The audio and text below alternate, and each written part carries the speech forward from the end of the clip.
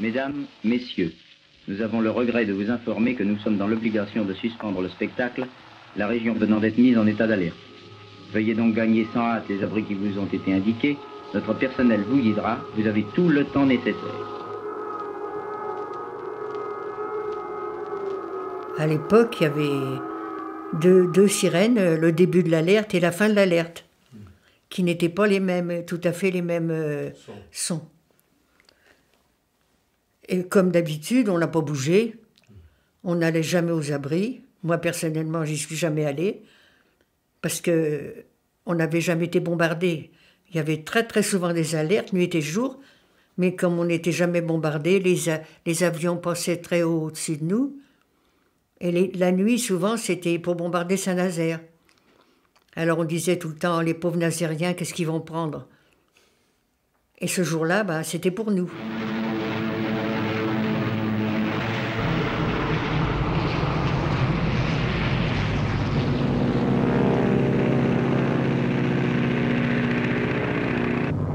Les Américains étaient censés faire du bombardement de précision de jour qui tourne autour d'un objet technique fétiche, qui est un viseur de bombardement qui s'appelle le Norden, qui est extrêmement précis.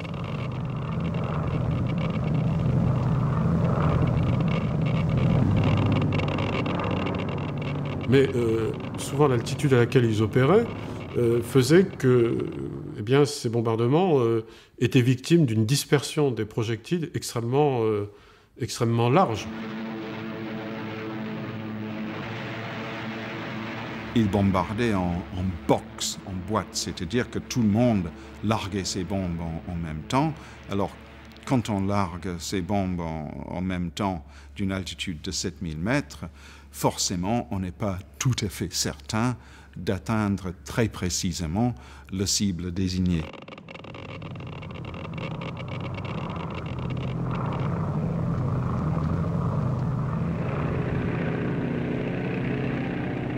On a vu des énormes avions, on ne savait pas que c'était des forteresses volantes, parce qu'on n'y connaissait rien, mais ça faisait un bruit d'enfer. Et on a vu descendre des petits points noirs. Et là, on a compris que c'était des bombes. On a compris que c'était la mort là qui arrivait. Ne me dis pas que tu m'adores, embrasse-moi de temps en temps, un mot d'amour.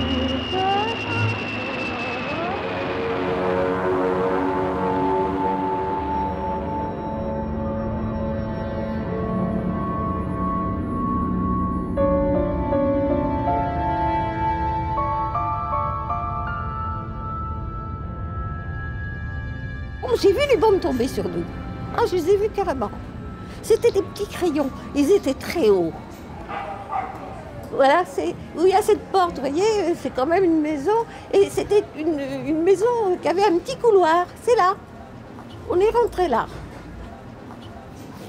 Alors, j'ai eu peur. Je suis rentrée et ça a été un bruit infernal. Infernal. Quand les bombes sont tombées, c'est un bruit infernal. Et puis alors, on ne voyait plus rien. Rien. Ah, c'était...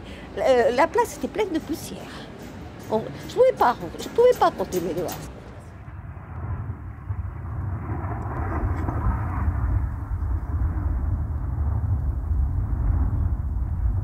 Nous sommes descendus dans l'escalier, à peine arrivés au troisième, dans 2 étages, la maison tremblait, les bombes tombaient.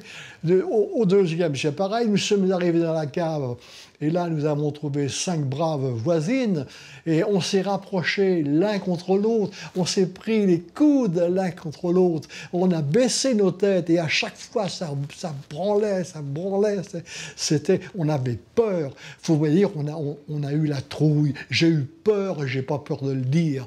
Vous savez, on est près de la folie hein, quand on vit une chose pareille, on est près de la folie. Et je rencontre un ami de mon père et qui me dit affolé, qui me dit j'ai tout perdu. J'ai tout perdu, j'ai tout perdu, j'ai tout perdu. Et moi, vous savez pas ce que j'ai fait? Je lui ai éclaté de rire au nez. Et vous voyez, on n'est plus maître de soi, on ne sait plus ce qu'on fait, on ne sait plus ce qu'on dit. On ne sait plus. On a un choc épouvantable.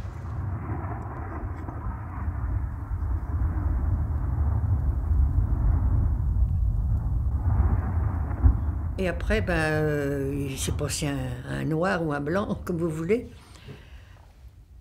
où je ne me souviens plus de rien. Je me suis réveillée dans le square, en face de l'Hôtel-Dieu. Je pense que j'ai dû courir, mais ça, je ne m'en souviens pas du tout.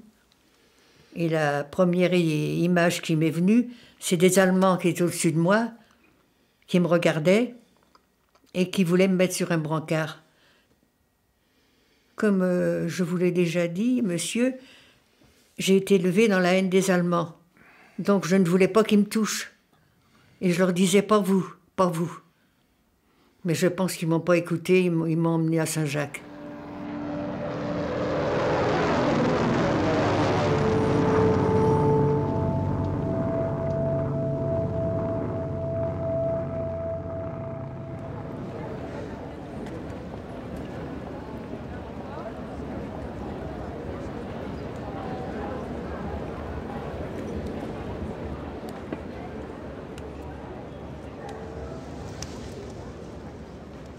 Lorsque je suis arrivé ici, alors là j'ai eu la stupeur de voir devant le Gaumont, qui à l'époque c'était l'entrée du passage du phare, il y avait toujours 3 fiacres à cette époque-là en permanence qui attendaient leurs clients, et je revois encore, alors là, une vue qui ne s'effacera jamais, je revois les chevaux au sol qui agitaient les pattes dans le vide, les pauvres bêtes, et je revois sous-officier allemand qui, revolver à la main, achevait ces malheureux chevaux un par un.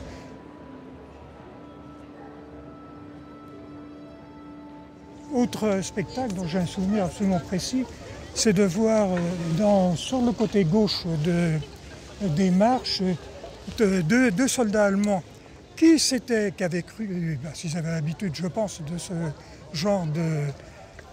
genre d'événement. Ils étaient restés debout dans l'angle qui existe toujours, c'est pour ça que j'y jetais un coup d'œil. Oui, ils étaient debout, ils étaient morts.